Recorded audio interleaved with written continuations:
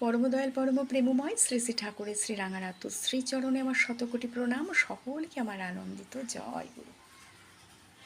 আজ এক দুঃখিনী মায়ের তার সন্তানের ঘটনার কথা বলবো, যে প্রতিনিয়ত দয়াল আমাদেরকে জীবন দান দিয়েই চলেছেন।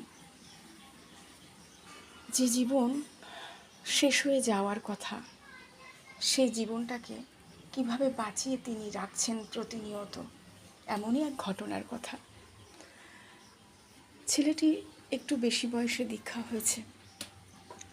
দীক্ষা তো হয়েছে, কিন্তু অবাধ্য ছেলে, কিছুতেই ঠাকুর ইষ্টপরায়ণ নয়। মা প্রতিনিয়ত ছেলেটির জন্য ইষ্টভৃতি করে যায় ঠাকুরের শ্রীচরণে, তার মঙ্গল প্রার্থনা করে। প্রতি মাই সন্তানের জন্য মঙ্গল প্রার্থনা করে, কিন্তু এমন একদিন ছেলেটি প্রতিদিন ট্রেনে করে তার গন্তব্যে কাজে যায়। এরকম অবস্থায় একদিন কাজ থেকে ফিরছে ট্রেনে করে। সেই ট্রেনে করে ফিরতে গরমের সময় ট্রেনের গেটের সামনে সে দাঁড়িয়ে আছে রড ধরে। এরকম অনেকেই দাঁড়িয়ে থাকে। হঠাৎ ছেলেটির কনুইটি একটি লাইট পোস্টে বাড়ি খায়।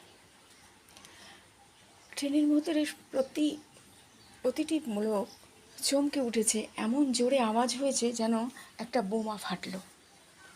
সেই আওয়াজ শুনে ছেলেটিকে তো কোনো রকমে ধরাধরি করে ভেতরে নিয়ে নিল।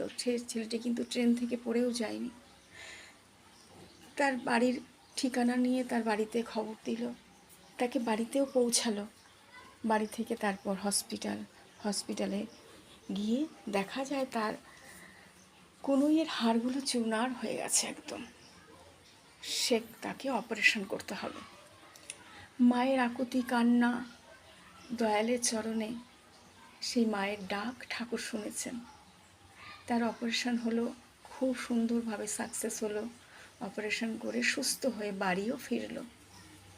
মাটি কিন্তু প্রতিনিয়ত তাকে বলেই চলেছে, বাবা ইষ্টভৃতি কর। ছেলেটি কিন্তু অবাধ্য, সে মায়ের কোনো কথা শোনে না।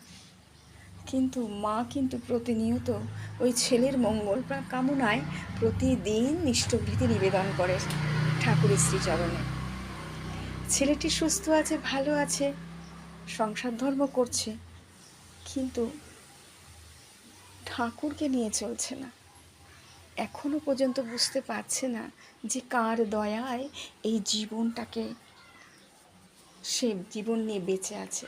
কিন্তু এই অভাগী মা কিন্তু জানে এই জীবনটা কার দেওয়া, কার দান, কিসের জন্য বেঁচে আছে। জয় গুরু, বন্দে পুরুষোত্তম।